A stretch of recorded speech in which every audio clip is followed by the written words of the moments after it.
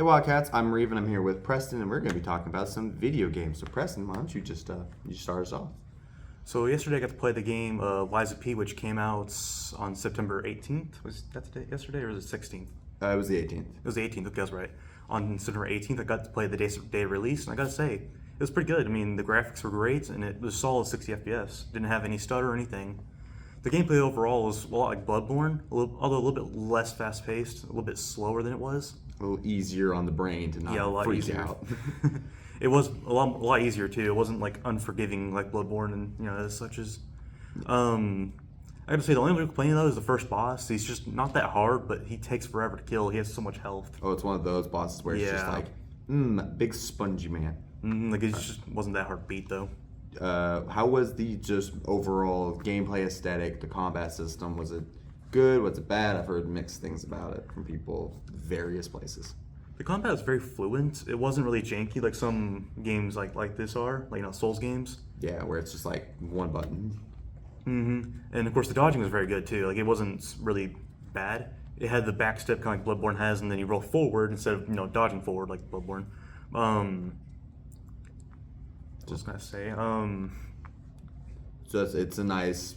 They polished it up. It's not janky like some people polished say. up. Also a little bit different inventory thing too. You can like hold A and have like open a bigger bag, something like that. Apparently, to like do more items at one time. So you can have like 8 or 9 items you can do immediately as you're fighting, stuff like that. Instead of having much your inventory and such. You have to go through your inventory like other games. Yeah.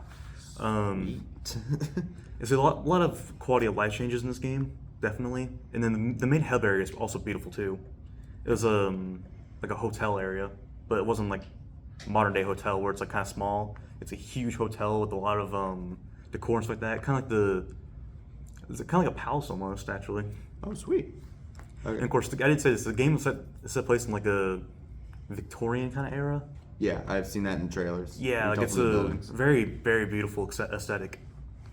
Awesome. My game comes from the same sort of similar time or similar style. Not really time because it's like 1,000 years prior. I did Sekiro: Shadows Die Twice, which came out in 2018 and won Game of the Year in 2019 because of its ridiculously amazing combat system. Where unlike every other Souls game that you play, where you're getting killed by the boss, you run away, you go farm up your souls, you level up your guy, and then you beat the boss. No, good luck with that. Because instead of having a basic leveling system like every other RPG, it's you have to kill 4 bosses, turn them into little beads, and then you can increase your health. Oh boy. Pain. Pain. That sounds very tedious. Yes, and recently I got to beat that game deathless with my buddy on call with me for about 12 hours. I got to run through the whole game and get a deathless run. That is the nearest thing to torture I have ever faced. Because every time I die, I'd restart the whole run. I got to the final boss and died and just called it. I was like, nope. Nope. I got to Ishin and that was it.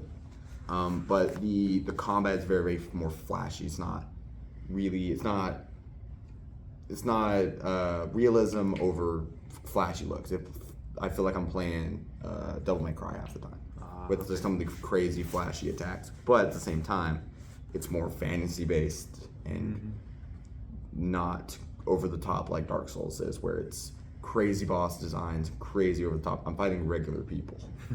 So, magic, I guess. I still refuse to fight the headless bosses, though. Headless bosses. What are the headless bosses? Oh, hey, let me tell you. The headless are unique enemies. There's like 4 or 5 of them scattered throughout the entire game world. And they're aberration type enemies, meaning they build up fear. The fear meter builds up, you die immediately, regardless of what your health is at. And they're not needed, but they drop little items you can use to buff your stats temporarily, and I just refuse to fight them because they're just not worth it. Yeah, so only temporarily. That's not really worth it at all. Nope, it's not. It's like for 30 seconds I do a little bit more damage, but then I take more damage. So it's like, oh, I did this boss fight with this thing that's super terrifying because I don't like it because it's in a big dark cave and I don't like the caves. I don't like the caves. But yeah, overall it's really fun. It's just you gotta master that combat system, otherwise you're gonna get punished. Yeah. That's a lot of Souls games too, huh? Yeah, but I like the blocks and the flex that you do. It's not like a Souls game where you just stand there until your stamina runs out. You actually have to time your parries correctly to then do multiple attacks. Instead of like in Dark Souls where you parry one attack and then it stuns the enemy, then you do big damage. Instead, it's you just gotta click it 18 times to hopefully block the 18 hit combo. Just So it's more like a hack and slash or like more hack and slash than the other Dark Souls games, huh? yeah. My dad calls it a panic attack in a box. Is what he calls it. Ah, yeah, sounds good. Yeah, I got him to play about 20 minutes of it, and he went, nope, nope. I giggled at that. That was probably the highlight of my weekend playing this, was watching my dad try it and just getting blown out of proportion. But yeah. Now we go on to the rating bit. Oopity-doo. I gotta cut this out because I'm being dumb. Okay, so what would you rate your game on like a scale of 1 to 10? So overall, in the first kind of areas I played in, I would probably maybe a 7.5 out of 10. It was very good. It's just, I don't know, the level design was a little linear, I guess you can say. It wasn't really explore a whole lot. Not much to do in it because you can only like picking things up, right? Multiple items, but it was all the same item almost. Yeah, you pick up just like random basic like things like pebbles. Yeah, it's like some weird items that boost your. I guess you can say this game's version of FP, but it was just like 15 of them like the first area, and like 3 other items has it. Yeah, they're gonna give you a bunch at the start, and then they're gonna. Then later on, you can start rewards. getting more things later on, but it wasn't. As There's still a much. lot of the thing. Yeah, well, I'd go with Sekiro being about a 9 because of its crazy fun combat system that once you master it, you feel untouchable, and then the game will punish you with something else. But then it has really good boss designs and a story that I actually enjoy, which I'm not gonna go into because spoiler time. For spoilers, yep. Yeah, play it yourself if you want to learn the story. It's very, very rich. And just like all Souls games, it doesn't tell the story outright. It tells it through the areas you go to, the people you fight, all of that. So you actually have to stop and think and figure out what you're doing.